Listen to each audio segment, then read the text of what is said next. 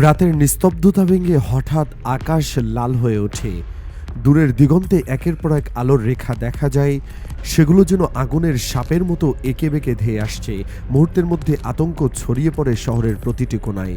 Siren বাজতে থাকে অবিরাম, মানুষ দৌড়ে আশ্রয় খুঁজে বাংকারে, ভূগর্ভস্থ আশ্রয় কেন্দ্রে। কিন্তু যা ঘটে তারপরে সেটা দেখে অনেকে বিস্মিত হয়ে যান। আকাশে ঝাঁকে ঝাঁকে মিসাইল দেখা গেলেও বেশিরভাগই মাটি স্পর্শ করার আগে বিস্ফোরিত হয়ে যায়। কিছু নিষ্ক্রিয় হয়ে মাটিতে পড়ে থাকে নিরীহভাবে। কিন্তু এই বিশৃঙ্খলার মধ্যে একটি বা দুটি মিসাইল ভয়াবহ গতিতে সোজা আঘাত হানে নির্ধারিত লক্ষ্যবস্তুতে। প্রচণ্ড বিস্ফোরণে কেঁপে ওঠে চারপাশ। এটাই সেই মিসাইল প্রতারণা যা আজকের বিশ্বে এক নতুন যুদ্ধ কৌশল হিসেবে আবির্ভূত হয়ে আসছে। ইরান এই মুহূর্তে পৃথিবীর এই কৌশলের সবচেয়ে দক্ষ ব্যবহারকারী হিসেবে নিজেদের প্রতিষ্ঠিত করেছে। তাদের সামরিক কৌশলে এই প্রতারণামূলক পদ্ধতি এতটাই গভীরভাবে প্রথিত হয়েছে যে বিশ্বের শক্তিশালী প্রতিরক্ষা ব্যবস্থাও তাদের সামনে বিভ্রান্ত হয়ে পড়ছে। এই কৌশলের মূল রহস্য লুকিয়ে আছে মিসাইলের অভ্যন্তরীণ গঠনে এবং সেই গঠনকে কাজে লাগানোর অসাধারণ বুদ্ধিমত্তায়। সাধারণত একটি ব্যালিস্টিক মিসাইলের ভেতরে একাধিক ওয়ারহেড থাকে। এই ওয়ারহেডগুলো মিসাইলের মাথার অংশে সাজানো থাকে এবং লক্ষ্যবস্তুর কাছাকাছি এসে সেগুলো আলাদা হয়ে ছড়িয়ে পড়ে। কিন্তু এখানেই লুকিয়ে আছে আসল চমক।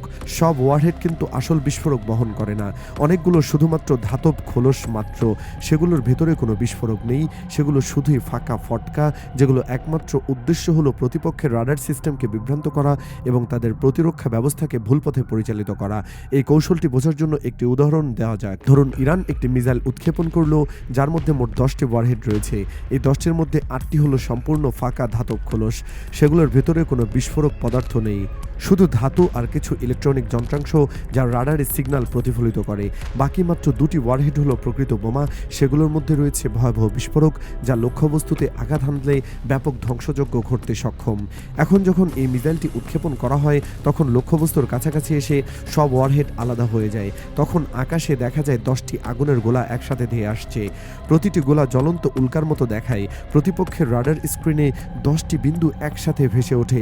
প্রতিটি বিন্দুকে রাডার সমান গুরুত্ব দিয়ে ট্র্যাক করতে থাকে। কিন্তু সমস্যা হলো, রাডার অপারেটররা বা এমনকি কম্পিউটার সিস্টেমও বুঝতে পারে না কোনটা আসল আর কোনটা নকল। সব ওয়ারহেড একই গতিতে আসছে, সবই একই তাপমাত্রার বিকিরণ করছে, সব একই রাডার সিগনেচার দেখাচ্ছে। এই পরিস্থিতিতে কয়েক সেকেন্ডের মধ্যে সিদ্ধান্ত নিতে হয় কোন ওয়ারহেডকে আগে ধ্বংস করা হবে। রাডার সিস্টেম তখন সময়ের প্রচণ্ড চাপে থাকে। প্রতিটি সেকেন্ড মূল্যবান, একটু দেরি হলে মিসাইল আঘাত হানবে। এই চাপের মধ্যে রাডার সিস্টেম প্রায়শই ভুল সিদ্ধান্ত নেয়। সিস্টেম সাধারণত সবচেয়ে উজ্জ্বল এবং সবচেয়ে বড় সিগন্যালকে প্রধান হুমকি হিসেবে চিহ্নিত করে।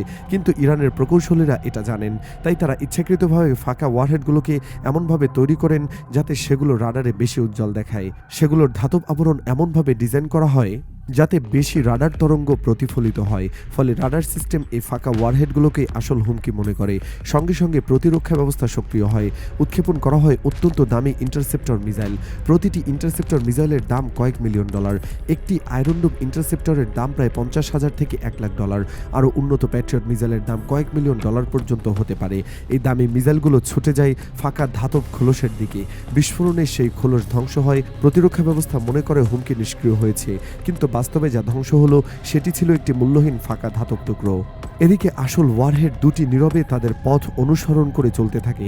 সেগুলো রাডার সিগনেচার তুলনামূলক কম উজ্জ্বল। প্রতিরক্ষা ব্যবস্থা সেগুলোকে কম গুরুত্ব দিয়েছে, ফলে সেগুলোর দিকে কোনো ইন্টারসেপ্টর মিসাইল পাঠানো হয়নি।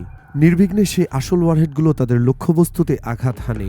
প্রচণ্ড বিস্ফোরণে ধ্বংস হয়ে যায় সামরিক ঘাঁটি অথবা কৌশলগত স্থাপনা অথবা যে কোনো নির্ধারিত টার্গেট।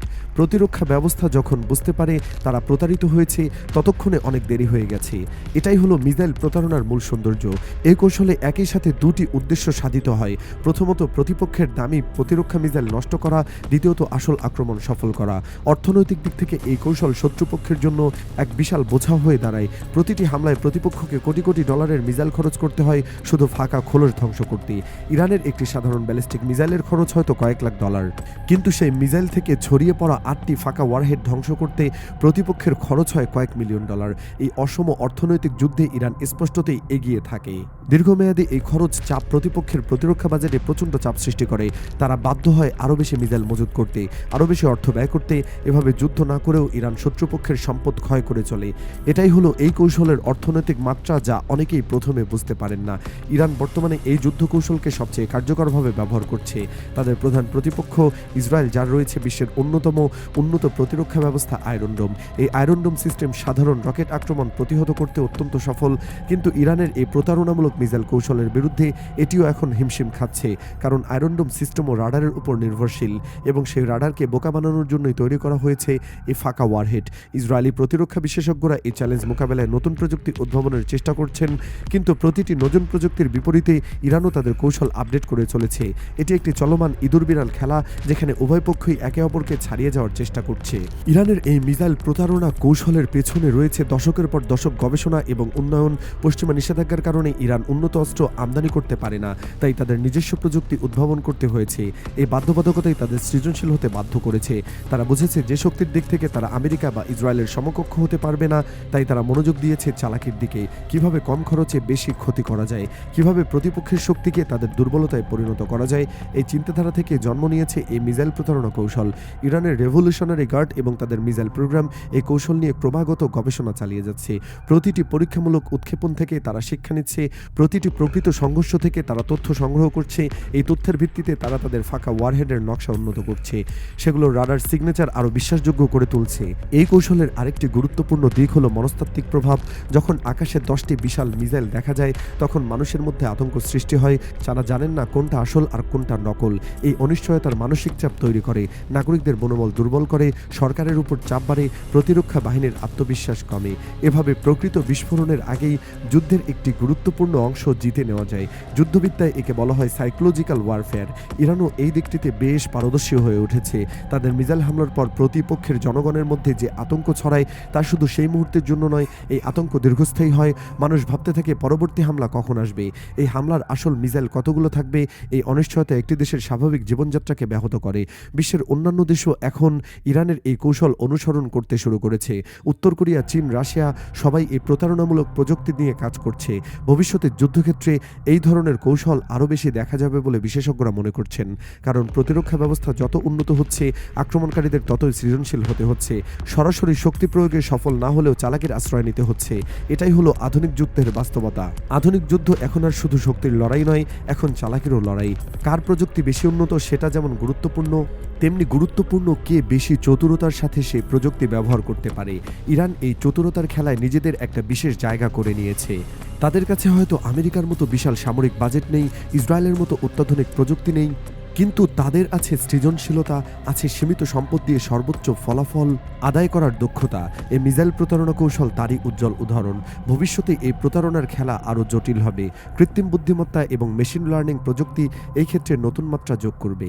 রাডার সিস্টেম হয়তো আরও স্মার্ট হবে, আসল এবং নকল ওয়ারহেড চিনতে সক্ষম হবে, কিন্তু একই সাথে আক্রমণকারীরাও তাদের ফাঁকা ওয়ারহেড আরও বিশ্বাসযোগ্য করে তুলবে। এই চলমান প্রতিযোগিতায় কে জিতবে তা এখনই বলা সম্ভব নয়, তবে একটা বিষয় নিশ্চিত যে এই প্রতিযোগিতা থামবে না, বরং আরও তীব্র হবে। মধ্যপ্রাচ্যের আকাশে যে আগুনের গোলাগুলো দেখা যায়, সেগুলো শুধু মিসাইল নয়, সেগুলো হলো একটি জটিল দাবা খেলার চাল। প্রতিটি চালে রয়েছে গভীর চিন্তা এবং কৌশল। ইরান এই দাবা খেলায় নিজেদের একটি শক্তিশালী খেলোয়াড় হিসাবে প্রতিষ্ঠিত করেছে। তাদের এই মিসাইল প্রতারণা কৌশল সেই খেলায় তাদের এগিয়ে রেখেছে নিঃসন্দেহে।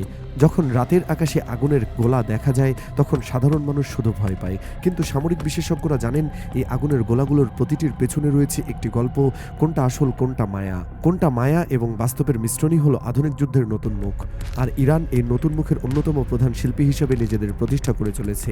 আগামী দিনগুলোতে এই শিল্প আরও পরিশালিত হবে, আরও ভয়াবহ হবে, আর বিশ্বের সামরিক শক্তিগুলো এই নতুন বাস্তবতার সাথে তাল মিলিয়ে চলতে হবে, নতুবা তারা পিছিয়ে পড়বে এই অদৃশ্য যুদ্ধে, যে যুদ্ধে জেতার চেয়ে বেশি গুরুত্বপূর্ণ হলো না। আর সেই না হারার লড়াইয়ে ইরান এখন পর্যন্ত বেশ ভালো করছে বলেই মনে হয়।